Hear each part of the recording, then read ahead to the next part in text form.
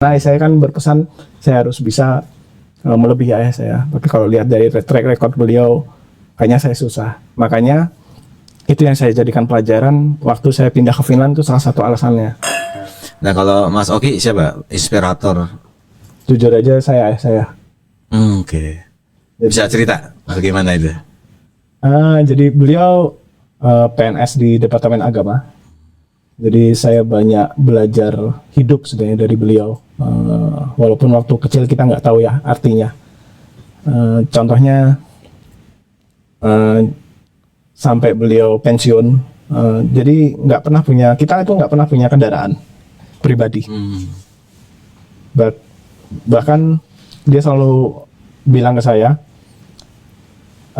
yang hidup kita ini yang didapat dari gaji itu. Dan juga dia bilang ke saya, dia pingin, awalnya saya nggak bisa kuliah awalnya karena ya kondisi keluarganya. Jadi waktu itu saya disuruh masuk SMK waktu itu, milih SMA atau SMK. Cuma saya bertekad masuk SMA karena saya percaya diri waktu itu. Dan waktu kuliah juga, apalagi terima ke Bandung, kan berat juga. Karena pesan ayah saya dulu, saya harus lebih dari ayah saya. Saya dalam hati kayaknya saya berat karena ayah saya itu almarhum bapak itu walaupun dia pendidikannya nggak tinggi, waktu itu beliau lulusan IAIN, sarjana muda, tapi dia impact ke society itu cukup luas waktu itu. Jadi contohnya waktu pindah dari Palangkaraya ke Jawa, dia menggait tukang becak bikin koperasi, kemudian menginisiasi bikin masjid di sana. Jadi masjid kompleks sekarang cukup besar.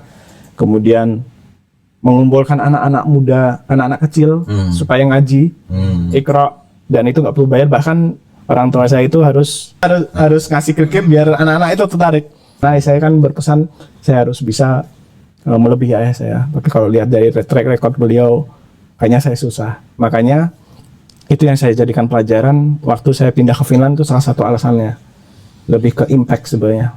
Karena harapan saya dengan saya bikin coba perusahaan startup ini global, setidaknya impactnya bisa secara global. Jadi banyak nilai-nilai kejujuran, nilai-nilai pengorbanan dari ya almarhum bapak saya sih. Jadi saya banyak belajar dari sana.